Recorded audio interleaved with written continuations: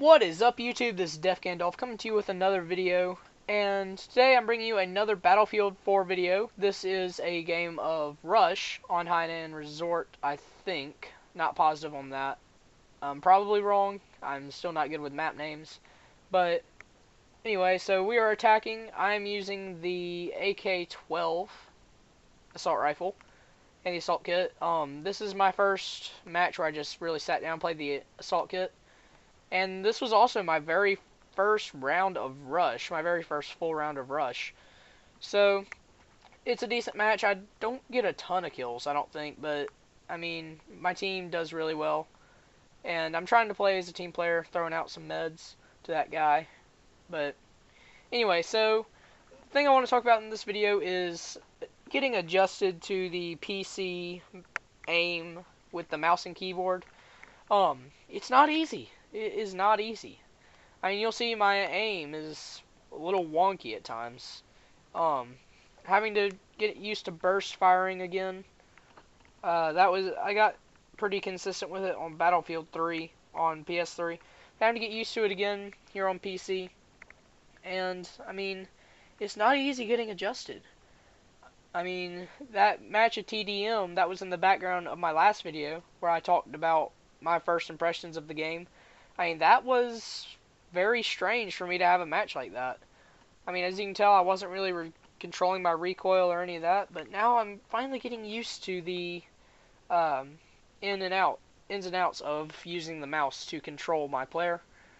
And I'm getting better at moving cover to cover and spotting and crouching, going prone, and all that while not having to look down at my keys. I'm better at switching weapons as well.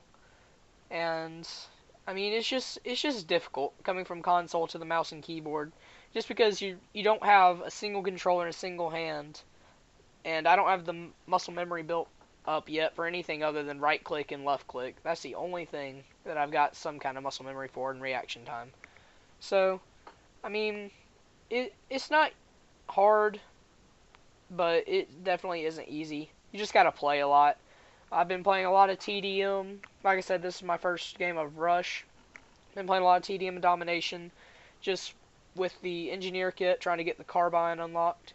And once I got the ACWR, I mean, I just played a ton of TDM and Domination, just working on that recoil management and just general aim and reaction time and that kind of thing. Getting my sensitivity fine-tuned, getting my macros fine-tuned. Just getting everything working, getting my control set up like I'd like. I still can't seem to figure out jets. I'm not even gonna try to fly a jet, but I've gotten okay with helicopters. I mean, you might laugh, but I've not figured out how to deploy flares yet, and that's kind of critical. That's something I'd probably need to experiment with in test range. And that's another thing. Test range has been a lifesaver. I've probably spent the same amount of time in test range at this point that I have actually playing the game, just because it really lets me get a feel for the vehicles, get a feel for movement, get a feel for all the weapons. You don't have to have a weapon unlocked to use it. They're just all lying out on the ground. You just really got to get used to the way they play and the way they work in order to really get to where you can control recoil. But I think the biggest thing is just learning to control my trigger finger and burst fire instead of just holding it down, especially at long range. I mean, it's hard to kill anybody when you just hold the trigger. The recoil just gets jumpy. I mean, the best thing you can do is just, take aim, fire off 3-4 shots, aim again, 3-4 shots. Just do it over and over and over until the guy dies. As you can see, I've been doing that a little bit in this match. Still not super good at it. But when targets are farther off, you'll see me trying to control my recoil and burst fire the best that I can. But on another note, AK-12 is great for medium range engagements, but at long range it does easily get beat out by other weapons such as the SAR-21 and similar. But at medium range, it's really good. I mean, it has good velocity, good accuracy, decent rate of fire. It's not super low, but it's not high either. and its recoil is manageable, especially with the compensator on. And my favorite loadout with it is to have a 4x sight, canted iron sights, and a vertical grip, or not vertical grip, a angle grip, because the angle grip cancels out your, not cancels it out, but reduces your first shot recoil multiplier, which is very, very helpful. And so another thing that I like to do is just try to move very, very tactically. I can't, win 1v1 gunfights all the time against my opponents, just because, again, I'm not very good with the gun skills yet. So, I mean, it's very, very good at medium range, like I said, but there is room for improvement in close and long range. But this weapon isn't designed for close range, and I mean that's basically the sum of the AK-12. The secondary, I mean, the MP443 is the default. 16 round mag, I think, 17 with one in the chamber, if I remember correctly.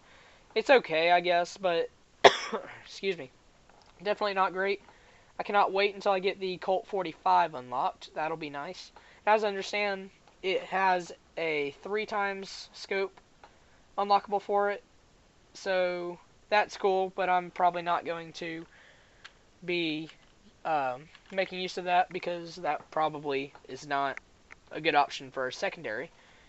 But another thing that I really like about this game as far as secondaries is that you can just customize them.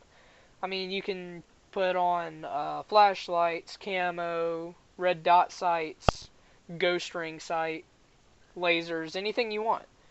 I mean, pretty much all the attachments are available for the pistols, as well as the assault rifles.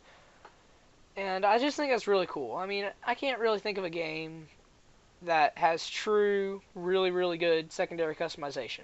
This beats out Call of Duty with ease in terms of secondary customization. I mean, and I also like that it doesn't have the whole perk system jazz and all that. Oh, you gotta have this perk to carry more attachments on your gun. No, there's 3 attachment slots. Every equipable item has its advantages and disadvantages. I mean, it's just very balanced. And I really like that in a game. I don't like it when games don't have a good balance to them. I mean, it just doesn't seem to flow right, especially when you end up with things like the 93R in Black Ops 2. I know Call of Duty Ghosts out right now, but in Black Ops 2, when it first came out, the 93R was, like, better than most primaries. And that just annoyed me, that there wasn't that fine balance about the weapons. I mean, in this game, all the secondaries have huge drawbacks to going up against primaries. Yeah, I guess you can argue the MP412 Rex and the 44 Magnum, but they have low rates of fire, and they have that little fire delay to them that also make them very disadvantaged, or put you at a disadvantage up against guys who are using primaries such as the M416 AK or AEK and M16A4. And another thing, the M16A4, I did not expect many people to use it, honestly, but I have seen plenty of people run around with the A4, just using it like the A3. Once you get used to controlling that recoil, I think that it's a very viable option in most situations. So, I mean, there's just a very good diversity in the game. There's a lot of different weapons and different scenarios to choose from. I mean, you can play any way you want. You can tailor your kit to whatever you want. You want jungle stripe camo? Go ahead. Unlock it and put it on. I mean, it's just that little attention to detail in the customization. Battlefield 3 had this to an extent, too. It's just that level of customization that is available in Battlefield. So, I mean, I think this game is second to none, to be honest. I mean, its customization and all just works flawlessly. And I mean, on PC at least, yeah, you can't in game change your loadout in between matches, But what you can do is go onto your what you can do is go Alt Tab out of the game and change your kit via battle log, as well as open battle packs and anything else in between matches. Um, on the note of battle log, I mean, some people don't like the browser launched interface. I actually prefer it, to be honest, just because it gives me a little more flexibility. Like, I can go open battle packs and do all that stuff and have YouTube open as well, looking at my stuff. I mean, I just think that it's the best all-around way to do a game, to be honest. I mean, I know a lot of people dislike it, and I understand the reasoning behind it, but I personally like it. I mean, it's kind of like Windows 8.1. I really didn't think I would like it very much compared to Windows 7, but it turns out I like it better.